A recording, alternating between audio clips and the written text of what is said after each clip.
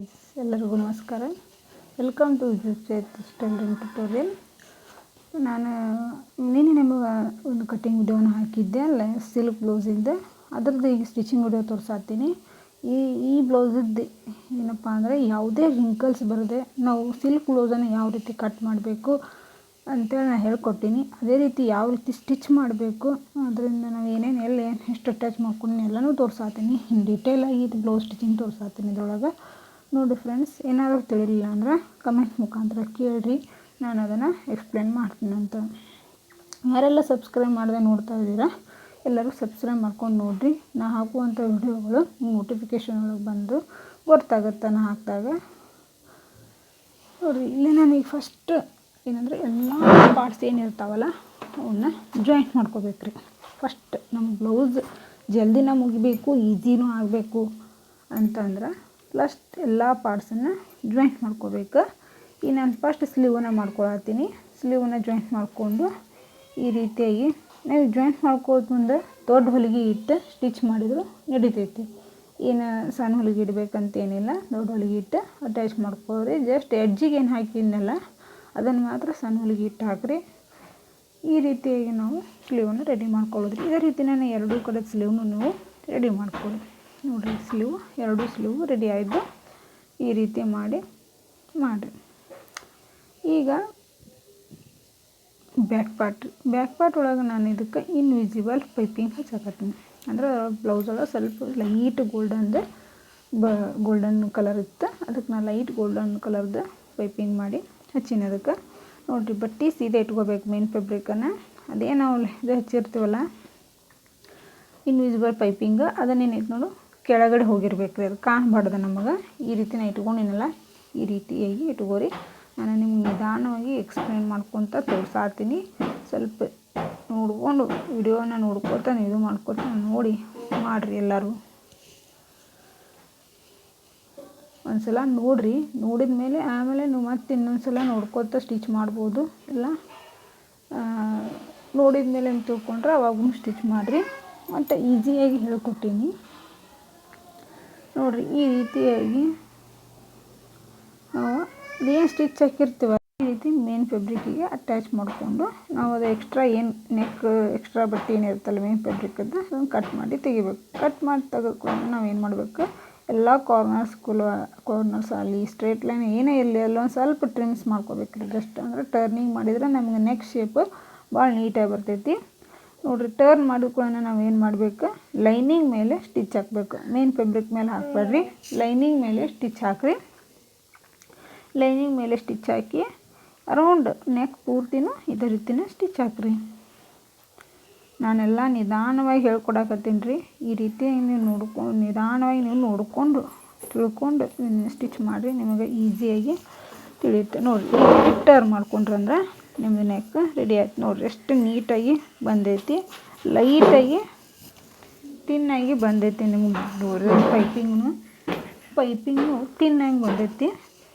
ಬಂದು ಈಗ ನೋಡಿರಿ, ಅದನ್ನೇನೈತಲ್ಲ ಮೇನ್ ಫ್ಯಾಬ್ರಿಕ್ಕಿಗೆ ಲೈನಿಂಗನ್ನು ಅಟ್ಯಾಚ್ ಮಾಡ್ಕೊಂಡು ಬಂದೆ ನಾನೀಗ.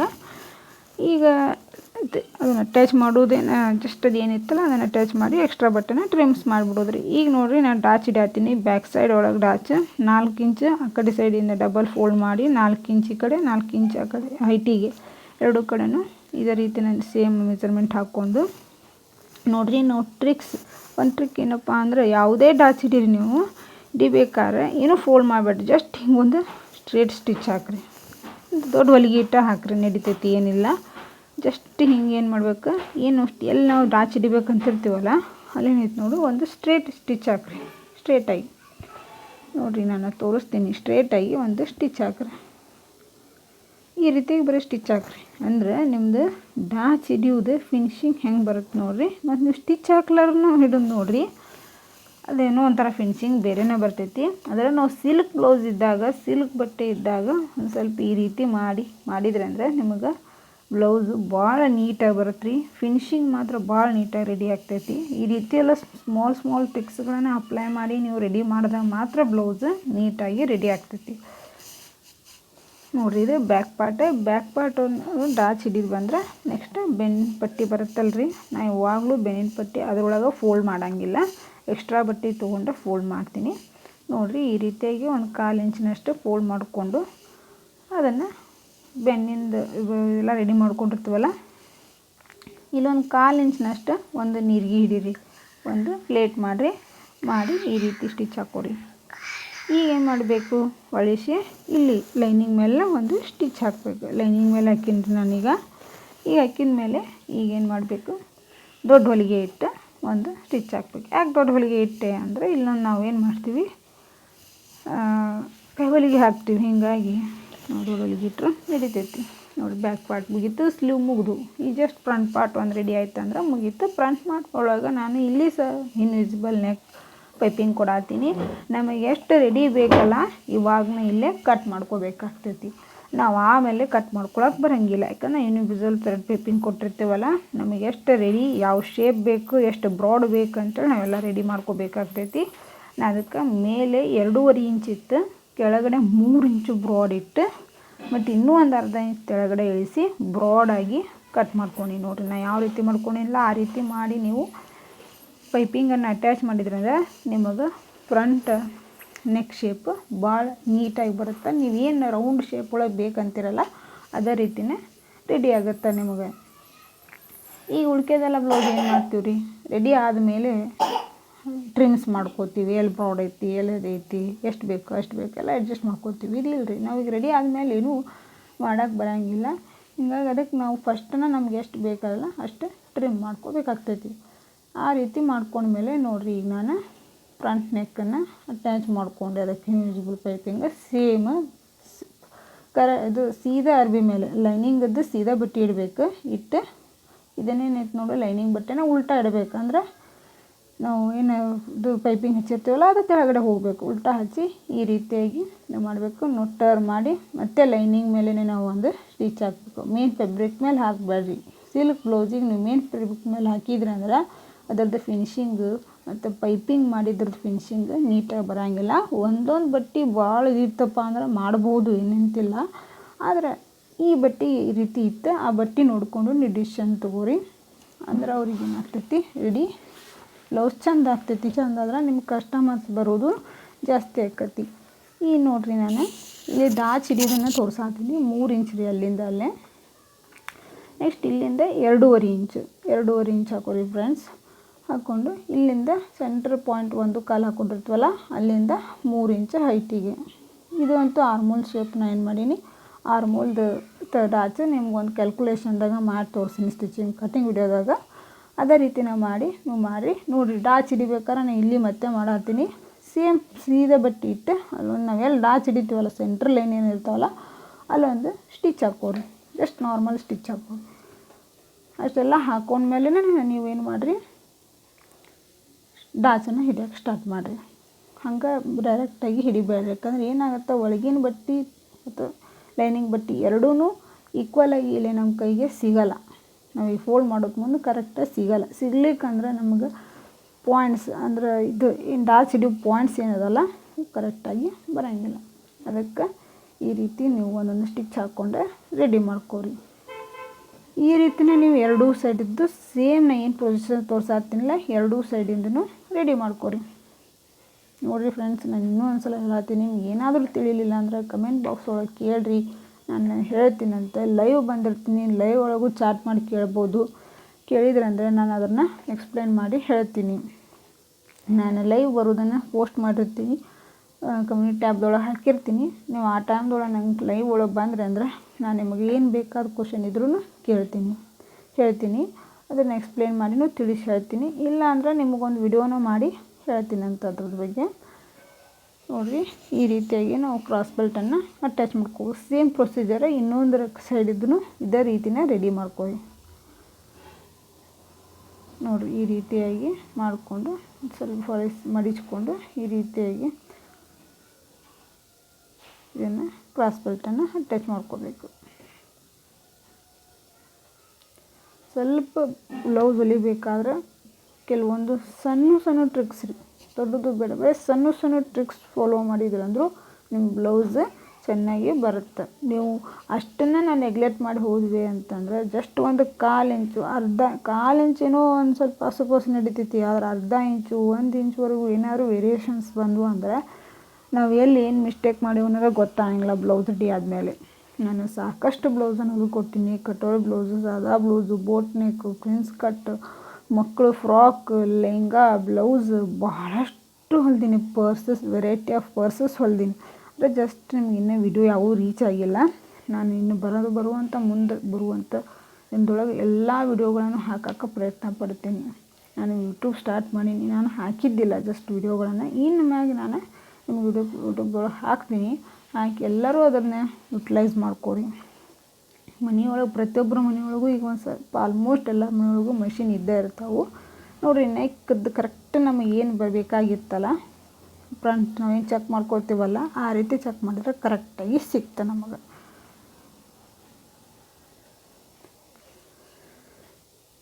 ಈ ರೀತಿ ಎಲ್ಲ ಈ ಸ್ಟೆಪ್ ಆದಮೇಲೆ ನಾವೇನು ಮಾಡಬೇಕು, ಈಗ ಉಕ್ಕಿನ ಮಣಿ ಪಟ್ಟಿ ಎರಡೂ ಹಚ್ಕೋಬೇಕು. ಹಚ್ಕೋಬೇಕಾದ್ರೆ ನೋಡಿರಿ, ಉಕ್ಕು ಹಚ್ಚಿದ ಪಟ್ಟಿ ಏನೈತೆ ನೋಡು, ಅದನ್ನು ಲೈನಿಂಗ್ ಬಟ್ಟೆ ತೊಗೋಬೇಕು. ಇದು ನಾನು ಉಕ್ಕಿನ ಮಣಿ ಮಾಡತ್ತೀನಿ. ಈಗ ಫಸ್ಟೇ ಉಕ್ಕಿನ ಮಣಿ ನೋಡಿರಿ, ಮೇನ್ ಫ್ಯಾಬ್ರಿಕನ್ನು ತೊಗೊಂಡಿನಿ. ಅದಕ್ಕೆ ಎಷ್ಟು ಬೇಕಷ್ಟೇ ಕಟ್ ಮಾಡಿಕೊಂಡು ಈ ರೀತಿ ಎರಡೂ ಕಡೆನೂ ಫೋಲ್ಡ್ ಮಾಡಿನೇ ಈ ರೀತಿ ಸ್ಟಿಚ್ ಮಾಡಿರಿ. ನಿಮ್ಗೆ ಈಗೇನಾಗುತ್ತೆ ನೋಡು, ಫಿನಿಶಿಂಗ್ ಚಲೋ ಬರ್ತೈತೆ ನೋಡಿರಿ. ಈ ರೀತಿ ಟರ್ನ್ ಮಾಡಿ ಹೊಲಿಬಿಟ್ರೆ ಅಂದ್ರೆ ನಿಮ್ಗೆ ಕರೆಕ್ಟಾಗಿ ಒಂದು ಜಡ್ಜ್ಮೆಂಟ್ ಸಿಗ್ತೈತಿ. ಫಸ್ಟ್ ಹಂಗೆ ಸೀದಾ ಹಚ್ಚಿ ಆಮೇಲೆ ಫೋಲ್ಡ್ ಮಾಡೋಕೆ ಹೋದ್ರೆ ಸ್ವಲ್ಪ ಆ ಕಡೆ ಈ ಕಡೆ ಕಾರ್ನರ್ ಹೆಚ್ಚು ಕಮ್ಮಿ ಬಟ್ಟೆ ಬಂದುಬಿಡ್ತೈತೆ ರೀ. ಅದಕ್ಕೆ ಫಸ್ಟನ್ನ ನಾವು ಫೋಲ್ಡ್ ಮಾಡಿ ಏನು ಮಾಡಿದ್ರೆ ಅಂದ್ರೆ ನಿಮಗೆ ನೀಟಾಗಿ ರೆಡಿ ಆಗ್ತೈತಿ. ಈ ರೀತಿಲಿ 2 ಸ್ಟಿಚ್ಚನ್ನು ಹಾಕೋರಿ. ಒಂದು 1/4 ಇಂಚ್ ಬಿಟ್ಟು ಇನ್ನೊಂದು ಸ್ಟಿಚ್ಚನ್ನು ಹಾಕೋರಿ. ಅಂದರೆ ಅದೇನು 2 ಸ್ಟಿಚ್ ಹಾಕಿರ್ತಲ್ಲ ಆ ಸೆಂಟ್ರ್ ಒಳಗೆ ನಾವೇನು ಮಾಡ್ಬೋದು, ಉಕ್ಕಿನ ಮಣಿ ಮಾಡ್ಬೋದು. ಈಗ ನೋಡಿರಿ, ಉಕ್ಕಿನ ಪಟ್ಟಿ, ಉಕ್ಕು ಹಚ್ಚು ಪಟ್ಟಿ ಇರುತ್ತಲ್ಲ ಅದನ್ನು ನಾನು ಲೈನಿಂಗ್ ಫ್ಯಾಬ್ರಿಕ್ ತೊಗೊಂಡಿನಿ. ಸ್ವಲ್ಪ ಬಟ್ಟೆ ಎಕ್ಸ್ಟ್ರಾ ಇತ್ತು, ಕಟ್ ಮಾಡಿ ತೆಗೆದೆ. ನೋಡಿರಿ, ಈ ರೀತಿಯಾಗಿ ನೀವು ಹಚ್ಕೊಂಡು ಎಷ್ಟು ಬೇಕಷ್ಟ ನೀವು ಏನು ಮಾಡ್ಬೋದು, ಬಟ್ಟೆನ ಕಟ್ ಮಾಡಿಕೊಂಡು ಅಟ್ಯಾಚ್ ಮಾಡ್ಬೋದು. ಬಟ್ಟೆನ ಈ ರೀತಿ ಒಳಗೆ ಮಾಡಿನೇ ನೀವು ಸ್ಟಿಚ್ ಮಾಡಿರಿ. ನೋಡಿ, ಟರ್ನ್ ಮಾಡಿದ್ರು ಕೂಡ ನಿಮಗೆ ನೀಟಾಗಿ ಬಡ ಸ್ಟಿಚ್ ಮಾಡೋಕ್ಕೆ ಈಸಿ ಆಗ್ತೈತಿ.